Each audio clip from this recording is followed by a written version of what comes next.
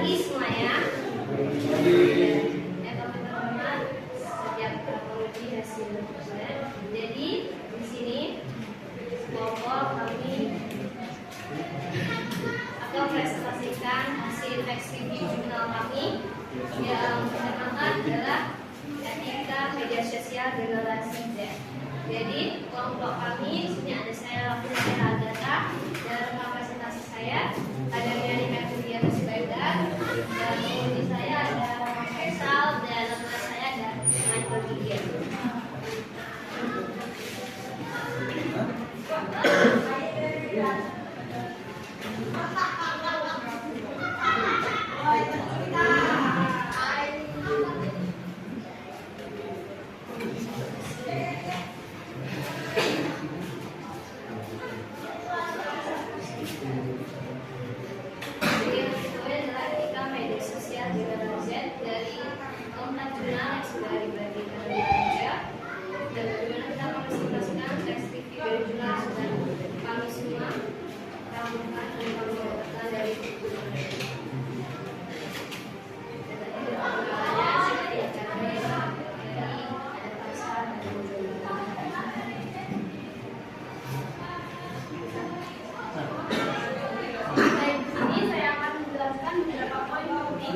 Dari jurnal yang itu, jadi di sini ada 5 poinnya. Yang pertama adalah teknologi digital, yang kedua kritis terhadap informasi, yang ketiga pemanfaatan media sosial untuk edukasi dan aktivisme, dan yang keempat ada pentingnya kreativitas dan konten positif, dan yang terakhir pengembangan karakter dan etika digital. Saya akan menjelaskan satu-satu dari komponen tersebut. Jadi yang pertama yaitu dampak teknologi digital. Dampak teknologi digital ini ada dua. Yang pertama dari sisi negatif. Dari sisi negatif dampak teknologi digital ini yaitu penggunaan teknologi digital yang berlebihan, yang kita tahu akan berdampak pada kesehatan mental setiap anak, khususnya dari generasi. Karena teknologi sekarang ini kan makin berkembang dan banyak anak-anak yang nggak terkontrol gitu menggunakan teknologinya. Maka dari itu, dampak teknologi ini dapat menimbulkan dampak yang negatif untuk mental anak juga, karena dapat menyebabkan resiko adanya bullying online, cyberbullying, dan penyalahgunaan data pribadi. Dan sebelumnya saya belum menunjukkan dampak dari positifnya. Jadi dari dampak positifnya ini, teknologi digital memberikan akses informasi yang luas dan mudah kepada segala negara. Jadi sekarang ini kita dapat mencari informasi ini melalui platform mana aja dan gampang gitu mengaksesnya. Jadi contohnya seperti mengatur pendidikan, berita dan hiburan itu kita dapat dari secara online. Lalu untuk yang poin kedua yaitu kritis terhadap informasi. Bagaimana sih pentingnya literasi digital? Generasi Z ini harus memiliki kemampuan untuk membedakan informasi yang benar dan yang salah. Dan mereka juga harus kritis terhadap informasi yang mereka dapatkan. Sekarang ini kan banyak banget yang menyebarkan berita-berita hoax dan di sekolah kita juga tuh sekarang karena canggihnya teknologi itu kayak gampang banget orang tuh nimbulin berita kayak gitu. Dan kita juga makanya gimana kita pentingnya literasi digital, kita juga harus kayak masain digital itu, bukan digital itu yang menguasai kita, itu agar kita bisa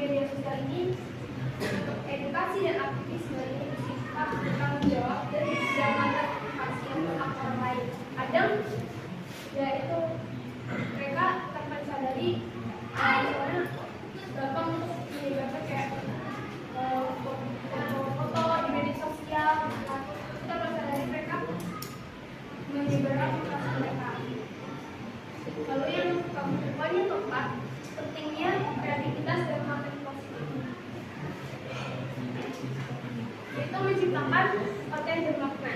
Dan generasi Z ini harus fokus untuk menciptakan konten positif dan bermakna di media sosial. Dan mereka dapat berbagi cerita inspiratif, mengedukasi orang lain dan mempromosikan nilai-nilai positif. Dan kita bisa lihat sekarang itu banyak generasi Z menggunakan media sosial itu menjadi kayak sumber penghasilan mereka. Dan mereka bisa dengan berbagi hal-hal positif berbagi edukasi dari itu menghasilkan uang. Yang terakhir, pengembangan karakter dan etika digital. Itu yang pertama, jaga etika. Di sini generasi Z perlu untuk memahami prinsip etika dalam penggunaan media sosial. Mereka harus menghormati privasi orang lain dan menjadi pelaku tidak sopan menggunakan bahasa yang sopan. Karena itu ada yang namanya netizen. Dan kadang netizen itu ada yang betul, ada juga yang ya kalau dibilang kayak nah, mereka ini terkadang bisa menjatuhkan orang. Ya, kita misalnya contohnya kita inisiatif untuk membuat konten yang positif gitu kan, tapi ada aja orang-orang yang selalu menjatuhkan kita dengan lewat kata-kata mereka di kolom komentar gitu. Secara nggak langsung, tapi mereka lewat kata-kata mereka di kolom komentar itu secara tidak langsung bisa mengenai hati. Terus membangun karakter. Nah, media sosial ini bisa menjadi wadah untuk membangun karakter positif. Nah, makanya itu apa yang kita lakukan di media sosial itu akan dibantu juga. Kalau misalnya kita memberikan hal yang positif, dan kita dapat yang positif. Dan kalau misalnya kita memberikan yang negatif, kita akan dapat yang negatif. Jadi kesimpulannya dari 5 poin itu menunjukkan bahwa teknologi digital ini memiliki dampak yang kompleks untuk khususnya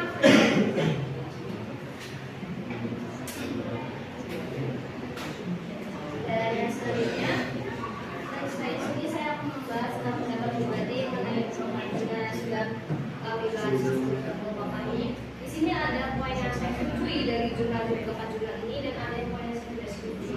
Jadi yang pertama dari poin yang saya setuju ini dari dampak teknologi digital.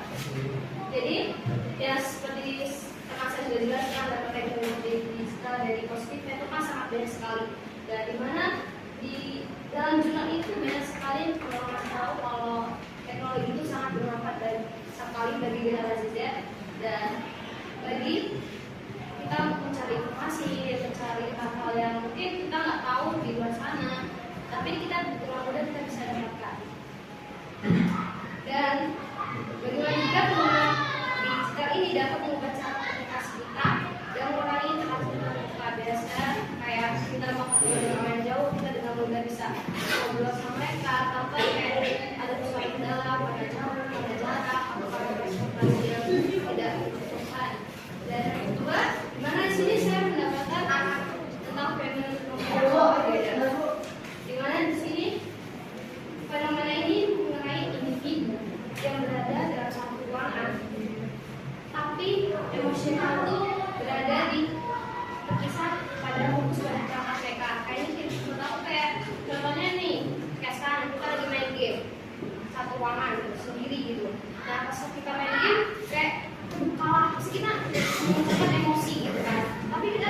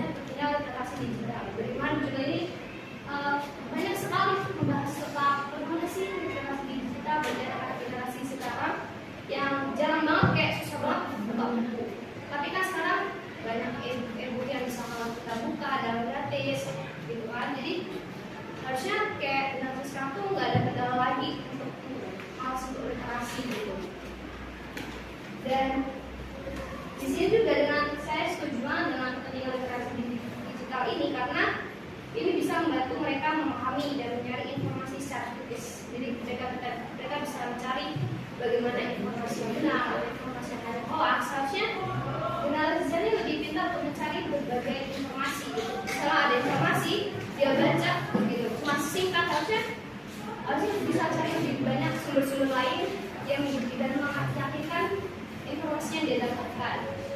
Dan yang selanjutnya, poin yang saya tuju adalah generalisasi. Nah, di jurnal ini berisi juga tentang generalisasi yang bilang kalau dalam jurnal ini perlu mewaspadai generalisasi bahwa semua komunikasi digital bersifat pasif. Padahal banyak loh anak muda tuh yang masih aktif membangun hubungan positif melalui media sosial gitu. Bukan hanya untuk bersifat pasif aja, padahal mereka bisa gunain untuk bisa dengan berbincang dengan orang-orang mungkin pengalamannya lebih banyak dari dia gitu. Mereka bisa saling ngobrol, dia bisa mendapatkan pengalaman baru, bahkan itu bisa mengubah hidup dia menjadi kayak lebih baik gitu. Bahkan bisa mengenal berbagai banyak bahasa yang mungkin mereka tidak ketahui. Dan yang satu ini, tapi di sini jurnal ini banyak sekali ngasih tahu kayak fokus negatifnya gitu. Anak sekarang kayak fokus negatifnya kayak banyak sekali kadang-kadang jurnal ini kasih tahu kayak berisi tentang kayak anak sekarang yang bermain game gitu, matanya rusak, dia terjadi banyak sindrom yang membuat dia mental hancur. Menurut yang kurang setuju. Terus yang selanjutnya adalah solusi praktis. Nah, di jurnal ini juga kayak masih kurang banget untuk kasih solusi untuk anak generasi sekarang untuk meningkatkan literasi digital gitu. Maksudnya solusi yang mudah untuk anak-anak generasi sekarang tuh bisa maju gitu untuk mengubah gitu. Tapi dan etika di kalangan generasi, jadi kayak solusinya tuh masih solusi yang menurut aku kayak masih kurang dorongan gitu. Harusnya kan ini kan sebenarnya kan masih sebenarnya kayak banyak lagi solusi yang bisa untuk depannya gitu. Dan jadi menurut aku ini yang mungkin bisa sangat meningkatkan pemahaman tentang etika bermedia sosial Indonesia gitu. Yang pertama, peningkatan literasi digital. Jadi dimana seharusnya meningkatkan kemampuan generasi muda untuk mengenai informasi secara kritis tadi yang sudah saya bilang, mengenai berita-berita palsu yang beredar. Harusnya kita harusnya lebih cerdas gitu. Kalau kita kayak lebih mudah untuk bisa mengakses sekarang banyak sekali internet, banyak sekali website, banyak sekali platform berita yang terpercaya. Dan kita lebih bijak dan lebih cerdas untuk mencari informasi yang benar. Dan yang kedua adalah keterampilan sosial. Bagaimana ini pengembangan keterampilan sosial untuk membantu generasi dengan perubahan dan cara berkomunikasi. Bagaimana dengan adanya teknologi ini juga kan badan dengan itu harus terampil dalam sosialisasi, bukan hanya misalnya karena adanya digital ini kita jadi kayak malas untuk keluar, malas untuk beradaptasi dengan yang lain. Jadi walaupun temennya agak jauh kita yuk kerja aja, padahal harusnya kita bisa dong untuk ketemu lebih banyak lagi komunikasi. Banyak komunikasi kan biasanya ada tuh orang yang komunikasi banyak ngomong doang, tapi bisa saling bertemu, saling membangun gitu. Dengan kayak psikolog juga saling membantu satu sama lain. Yang selanjutnya di sini ada kesehatan mental. Bagaimana untuk meningkatkan kesehatan mental pada generasi Z? Buat aku kesehatan mental menurut generasi Z tuh kayak sekarang ini sangat rawan sekali gitu. Apalagi banyak kayak tadi banyak kayak Z, sekarang anak-anak generasi Z katanya normal lah, katanya umur lah, katanya kayak kasih dikit kayak kasih lemes lah, langsung berhati lah. Nah, bagaimana langsung kita lebih memperhatikan lagi kesehatan mental pada anak generasi Z itu? Bagaimana kita bisa menyembuhkan mereka untuk maju ke depannya jika kalau generasi itu kayak masih lemah gitu. Jadi nggak akan ada penerus untuk ke depannya. Dan kesimpulannya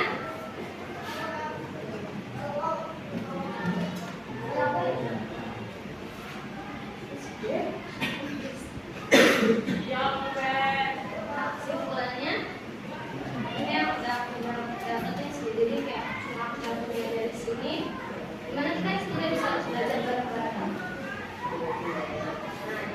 Penggunaan media sosial di kalangan bisa. Tadi sudah saya tahu. Pertama dalam hak Islam, demokrasi dan agama identitas. Sudah saya jelaskan tadi, banyak sekali platform seperti TikTok dapat menjadi alat pembelajaran. Sebenarnya orang sih adanya TikTok itu harusnya menjadi alat pembelajaran bagi mereka gitu. Dan interaksi sosial efektif jika digunakan dengan tujuan yang benar gitu. Yang penting untuk meningkatkan literasi digital dan kreativitas antara generasi khususnya seperti yang saya dapatkan itu adalah di cerita suatu daerah di Tanjung tentang bagaimana dia banyak sekali literasi di daerah itu sangat kurang gitu. Contohnya seperti di daerah Tanjung Pinang untuk memaksimalkan potensi media sosial meskipun generasi itu bisa pemahaman bukan upaya lebih lanjut maupun dari masyarakat, sekolah ataupun dari keluarga.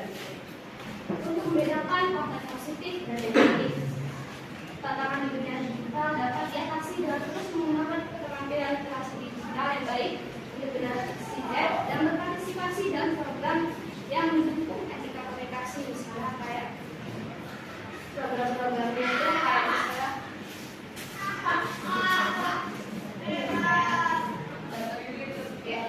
Zoom tentang anak-anak kelas sekarang,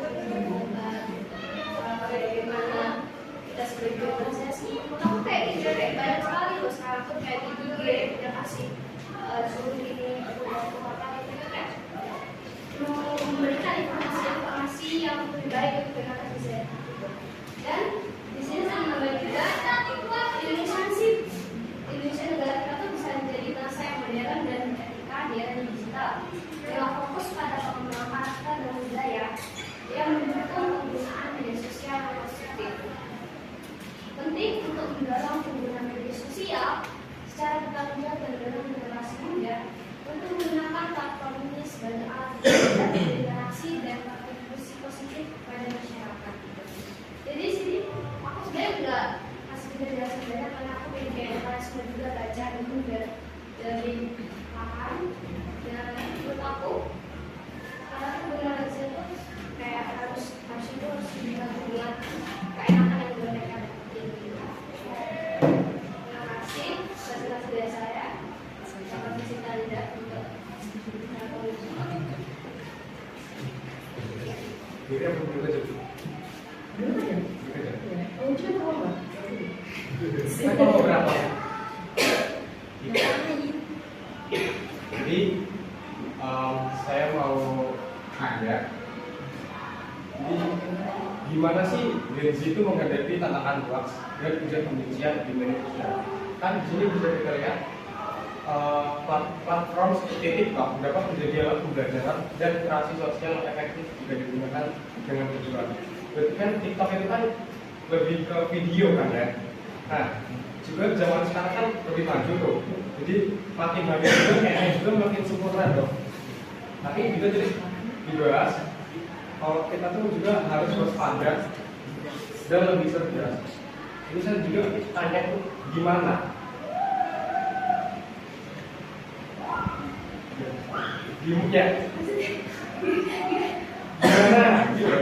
Gimana Gen Z menghadapi tantangan hoax? Kan jadi kan TikTok itu toh lebih ke video kan, gitu kan AI makin hari itu makin berkembang besar. Nah juga nggak semua orang itu di zaman yang maju ini ngikutin perkembangannya. Ada cuma setengah-setengah ngikutin. Jadi kebanyakan orang tuh ada kayak saya, karena juga saya pakai sendiri meskipun itu dari AI yang belum sempurna aja itu bisa sampai kita buat percaya gitu. Oh ini asli nggak ya, kayak mempertanyakan gitu. Apalagi kalau AI itu udah asli. Jadi gimana nih kita tuh bisa menghadapi tantangan waktu di zaman yang maju seperti ini? Menurut aku sih itu dalam konteks itu di generasi sekarang gitu kan. Menurut aku kalau tentang kayak informasi di AI yang menurut kamu masih kayak kurang percaya gitu, maksudnya kalau menurut kamu kayak berita kayak gitu harusnya kayak jangan cari di AI gitu. Soalnya sekarang kan banyak sekali berita-berita yang di website gitu, CNN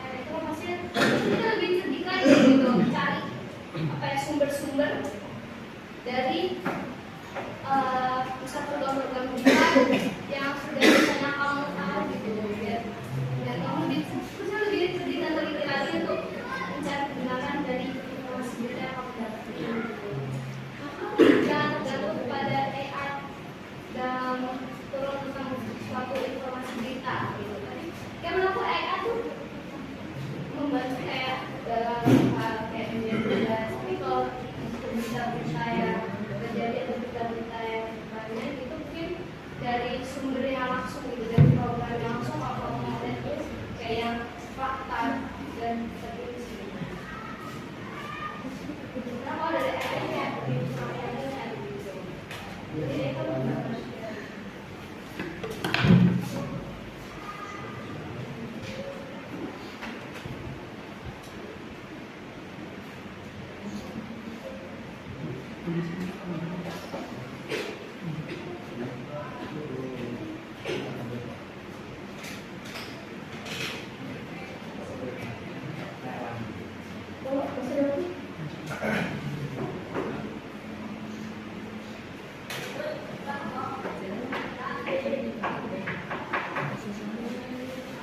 tadi kan juga mana lagi.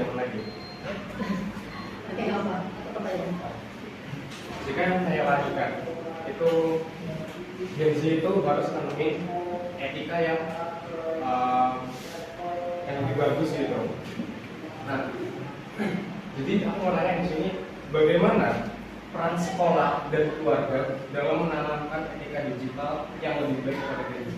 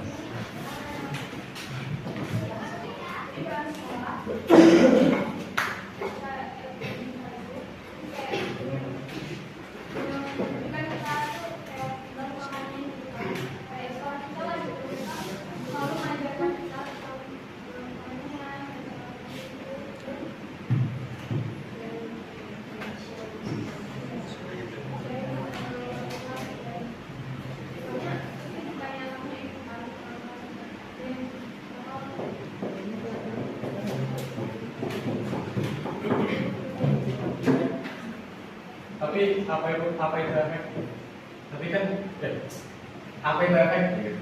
Kan karena anak zaman sekarang kan terkenalnya gitu sih, kayak nggak mau banget buat dengeran gitu. Dari keluarga juga ada ini lah, bodo amat lah, yang aku happy gini. Mereka nanti kalau menurut aku efeknya atau tidak itu tergantung siapa sharing. Karena kan ini sekolah tuh cuma sebagai wadah untuk anak sekarang tuh bagaimana cara yang baik, bagaimana sikap yang baik. Terus kalau tentang perubahan sikap manusia itu tergantung dari setiap kita. Cuma juga di sekolah kita belajar apa-apa, tapi saat di rumah dia nggak dari sosial, dia nggak dengan brand ada kayak banyak sekali cara baik, cara itu kayak jadi kayak dari diri sendiri dan walaupun sekolah sudah memberikan banyak sekali anak-anak, banyak sekali kegiatan dari itu etika kita untuk lebih baik.